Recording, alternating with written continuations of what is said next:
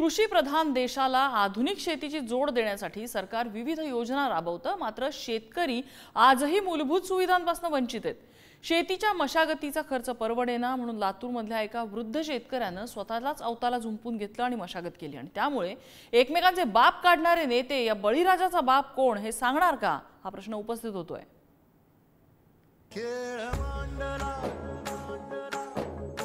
जगाचा पोशिंदा असलेल्या बळीराजाचा कृषी प्रधान देशातच असा खेळ मांडलाय।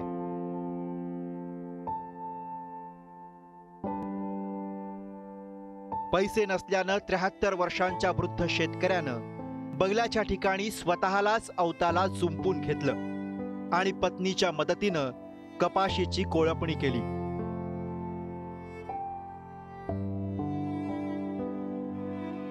आपली मान शर्मेनं खाली जाणारी ही दृश्य आहेत लातूरच्या हडोळती गावातली। बी खात वाढलं 3000 रुपयाला बॅग मिळाली एक सोयाबीनची। खाताचं पोत 1200 रुपयाला काय उरालंय शिल्लक महाग। तुम्ही असं स्वतः बेजार व्हायचं किती वर्षापासून हे करतात तुम्ही? 8 वर्ष झालं, 8-9 वर्ष झालं कळीन झालं। काय कर्जमाफी काय अंजमन हाय माप नाही काही भरता उचलता। किती हजार आहे कर्ज तुम्हाला अंजुमन? 40,000 ते मालकालाच आहे। पवार दाम्पत्याकडे 2.5 एकर कोरडवाहू शेत आहे। 20,000ची उसनवारी करून त्यांनी सोयाबीनसह कपाशीची पेरणी केली, पण कोळपणीसाठी पैसे नसल्यानं स्वतःलाच अवताला झुंपून घेण्याशिवाय पर्याय उरला नाही। याचवरून आक्रमक झालेल्या विरोधकांनी हा मुद्दा विधिमंडळात उपस्थित करत स्थगन प्रस्ताव मांडला। अधिवेशन सुरू असताना लातूर जिल्ह्यातला एक शेतकरी त्याचा स्वतःला बैल घेण्याची त्याची परिस्थिती नाही, खर्च करण्याची त्याची परिस्थिती नाही, अशा वेळेला ते जोत स्वतःच्या खांद्यावर त्यांनी घेतले। अध्यक्ष महोदय आपण पाहिलं असेल, सरकारची जबाबदारी नाही अध्यक्ष महोदय। अधिवेशन चालू असताना आम्ही सरकारकडून जबाब मागायचा कधी मागायचा?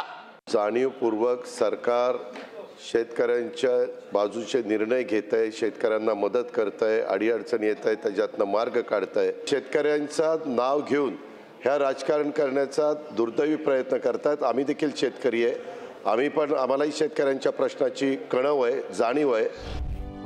विधानसभा निवडणुकीवेळी महायुतीनं शेतकऱ्यांचा सातबारा कोरा करण्याचं आश्वासन दिलं होतं, पण सत्तेत येताच सत्ताधारी नेते शेतकरी कर्जमाफीच्या मुद्द्यावर पळ काढतायत। राज्याच्या आर्थिक स्थितीचं कारण पुढे करून कर्जमाफी देणं अशक्य असल्याचं बोललं जात आहे। पुन्हा सरकार आलं की आमच्या शेतकऱ्यांना पूर्ण कर्जमाफी आपण देणार आहोत। शेतकऱ्यांचा सातबारा करूया कोरा कोरा कोरा कोरा सातबारा शेतकऱ्यांचा करण्याचा निर्णय आपल्या सरकारने घेतलेला आहे। आज मोठ्या प्रमाणामध्ये अध्यक्ष महोदय आत्महत्या होत आहेत, या संदर्भामध्ये चर्चा झाली पाहिजे अध्यक्ष महोदय। शेतकऱ्याशिवाय दुसरा कुठला प्रश्न महत्त्वाचा असू शकतो या सदनामध्ये? कारण महाराष्ट्र आता सर्वात जास्त शेतकऱ्यांचा आत्महत्या करणारे शेतकऱ्यांचं राज्य झालंय। रोज शेतकरी आत्महत्या करतोय अध्यक्ष महोदय, आणि शेतकऱ्यांना कर्जमाफी देतो म्हणून सांगून कर्जमाफी दिली जात नाही। निसर्गाचा लहरीपणा, वाढता खर्च आणि शेतमालाला योग्य दर न मिळणं यामुळे शेती संकटात आली आहे। परिणामी शेतकरी कर्जाच्या खाईत लोटला जातोय, म्हणून स्वतःलाच अवताला झुंपण्याची वेळ शेतकऱ्यावर ओढवली आहे।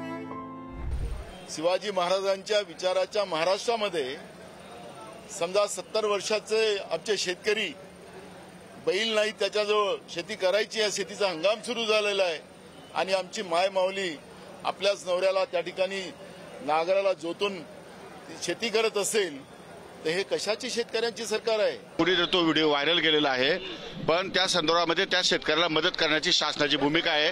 मी माझ्या अधिकाऱ्याला सूचना केलेल्या आहे की तात्काळ त्या शेतकऱ्यांना जाऊन त्यांना जी मदत पाहिजे ती मदत उपलब्ध करून देण्यात येईल। शेतकरी आत्महत्येचं भीषण चित्र काही पुसट होण्याची चिन्ह दिसत नाहीयेत, कारण 2025च्या पहिल्या 3 महिन्यात महाराष्ट्रात 767 शेतकऱ्यांनी आत्महत्या केल्याची धक्कादायक आकडेवारी समोर आली आहे।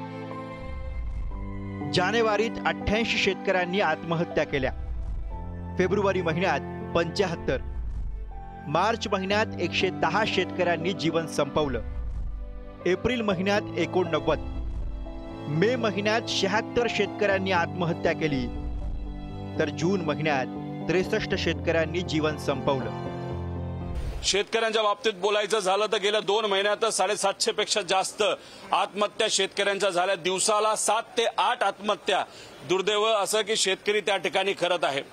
तुम्ही बोलत असताना मोठ्या मोठ्या भाषणं करता, तुम्ही सत्तेत आहात, आम्ही हे करू, आम्ही ते करू, कर्जमाफी करू, पण त्या बाबतीत तुम्ही कुठंच काय करत नाही. शेतकऱ्यांविषयी बेगडी प्रेम ज्याला आपण म्हणू ते या ठिकाणी काँग्रेस असेल, उभाटा असेल, शरद पवार गट असेल यांचा या ठिकाणी दिसतोय.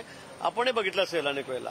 इतके वर्ष सरकार असताना शेतकऱ्यांविषयी बोलायचं नाही, त्यांच्या अडचणी जाणून घ्यायच्या नाही, आणि आता विरोधात बसल्यावर वेगळी भूमिका घ्यायची. शेतकऱ्यांच्या बाजूने सरकार भक्कमपणे उभं आहे.